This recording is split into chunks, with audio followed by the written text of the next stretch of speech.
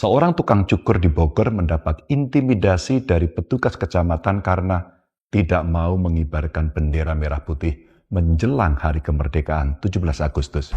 Alasan abang nggak mau masang bendera apa? Alasannya saya tanya. Apa? Ya alasannya, abang ini kan udah merdeka. Abang disuruh pasang bendera sama ibu camat.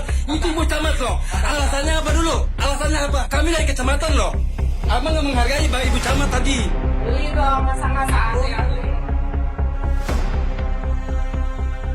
Sebelum membahas cerita ini lebih lanjut, saya mau sampaikan bahwa intimidasi, persekusi, atau perundungan oleh siapapun kepada siapapun tidak dapat dibenarkan, apalagi oleh seorang petugas kepada rakyatnya.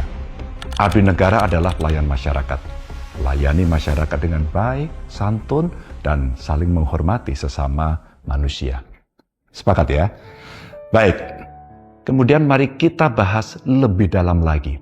Fenomena kekecewaan publik menjelang peringatan Hari Kemerdekaan tahun ini sudah saya baca di berbagai platform media sosial belakangan ini. Ramai banget. Banyak yang bilang begini, tidak mau mengibarkan bendera atau bahkan malas merayakan Hari Kemerdekaan karena kecewa pada kondisi negara dan lebih khusus kebijakan pemerintah. Saya pikir fenomena ini mencerminkan dinamika yang kompleks antara hak sipil, simbol kebangsaan, dan saluran aspirasi demokrasi. Tapi, bolehkah karena kecewa pada pemerintah menjadi alasan untuk tidak merayakan kemerdekaan? Teman-teman, kecewa itu manusiawi. Sebagaimana kita bisa senang, bahagia, marah, sedih, juga bisa kecewa. Dan pasti munculnya perasaan itu ada alasannya. Kecewaan masyarakat terhadap kondisi ekonomi, pajak yang memberatkan, korupsi, atau kebebasan berpendapat adalah sah dalam negara demokrasi. Ketika mas-mas tukang cukur merasa belum merdeka, sebenarnya ini merujuk pada kemerdekaan yang substantif, yakni terpenuhinya keadilan sosial, kesejahteraan, dan rasa aman sebagaimana diamanatkan dalam Undang-Undang Dasar 1945. Tapi penting untuk membedakan negara dan pemerintah. Kemerdekaan 17 Agustus 1945 adalah milik seluruh rakyat dan merayakannya setiap tahun adalah bentuk penghormatan atas perjuangan para pahlawan. Sedangkan kebijakan politik dan ekonomi adalah ranah kerja pemerintah yang dinamis dan terbuka untuk dikritik.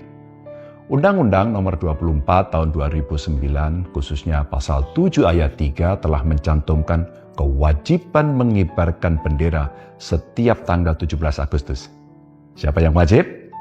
Setiap warga negara yang menguasai hak penggunaan rumah, gedung, atau kantor, satuan pendidikan, lalu transportasi umum, dan transportasi pribadi di seluruh wilayah negara kesatuan Republik Indonesia dan di kantor perwakilan Republik Indonesia yang ada di luar negeri. Jadi, kalau kamu punya rumah, kantor, tempat usaha, ya wajib mengibarkan bendera merah putih setiap 17 Agustus. Saya kira itu tidak berat. Namun, ini yang penting. Ada ketentuan pasal 7 ayat 4. Menarik untuk kita simak. Bahwa dalam rangka pengibaran bendera di rumah, sebagaimana dimaksud pada ayat 3 tadi, pemerintah daerah memberikan bendera negara kepada warga negara Indonesia yang tidak mampu. Catat ini. Sekarang tinggal dilihat saja, apakah tukang cukur itu tergolong mampu atau tidak mampu. Kalau tidak mampu, maka pemerintah wajib memberi bendera. Maaf dengan segala hormat, pihak kecamatan kan representasi pemerintah daerah ya. Seharusnya melakukan pendekatan persuasif dan edukatif. Ditanya dengan baik, punya bendera enggak? Mampu membeli bendera atau tidak? Kalau ternyata tidak mampu, ya diberi bendera, bukannya dipersekusi. Secara lebih luas, saya ingin menyampaikan juga begini, bahwa kecewa pada pemerintah itu boleh, silahkan. Namun ada cara mengekspresikan kekecewaan terhadap kondisi sosial politik tanpa mencederai makna kemerdekaan atau memicu konflik sosial. Pengibaran bendera tidak berarti menyetujui seluruh kebijakan pemerintah yang sedang berjalan. Bukan juga berarti kalau kamu mengibarkan bendera itu langsung menjadi bagian dari rezim. Sama sekali itu bukan. Sebaliknya, mengibarkan bendera dapat dimaknai sebagai penegasan bahwa rakyat adalah pemilik sah republik ini. Sekaligus, bentuk pengingat bagi penguasa agar menepati janji-janji kemerdekaan. Peringatan 17 Agustus juga bisa dimaknai sebagai momen refleksi kritis. Peringatan kemerdekaan tidak harus selalu diisi dengan perlombaan seremonial. Warga dapat saja mengisinya dengan doa bersama untuk negeri, diskusi publik barangkali, atau panggung budaya yang menyoroti isu-isu keadilan sosial, pemberantasan korupsi, dan pemenuhan hak-hak rakyat. Wujud nyata kekecewaan terhadap pemerintah bisa dialihkan menjadi gerakan kemandirian warga. Ramaikan lagi slogan, warga bantu warga, atau rakyat tolong rakyat. Kita bisa menggalakkan bakti sosial, kerja bakti memperbaiki rumah tetangga yang sudah reot, atau membuat dapur umum swadaya. Ini menunjukkan bahwa semangat kemerdekaan tetap hidup di tengah masyarakat meski ada ketidakpuasan terhadap tata kelola pemerintahan. Bagi kalangan terdidik, kelas menengah, para intelektual, pelajar dan mahasiswa bisa menggunakan momentum kemerdekaan untuk menulis atau menyampaikan kegelisahannya atas kondisi negeri ini.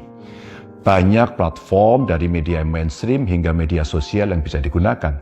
Bikin tulisan kritis, dibalut humor di kaos, juga sangat menarik untuk dilakukan. Saya kira ini lebih efektif menjangkau pembuat kebijakan ketimbang aksi simbolis yang rentan disalahpahami. Jadi, melalui pemisahan yang jelas antara penghormatan terhadap bangsa dan evaluasi terhadap pemerintah, kekecewaan rakyat justru bisa menjadi energi kritis yang mendewasakan demokrasi Indonesia.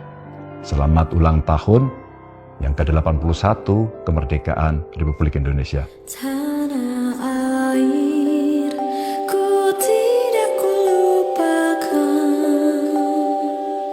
kan Proklamasi kami, bangsa Indonesia, dengan ini menyatakan kemerdekaan Indonesia. Hal-hal yang mengenai pemindahan kekuasaan dan lain-lain diselenggarakan dengan cara saksama dan dalam tempo yang sesingkat. Jangan lelah mencintai Indonesia. Merdeka!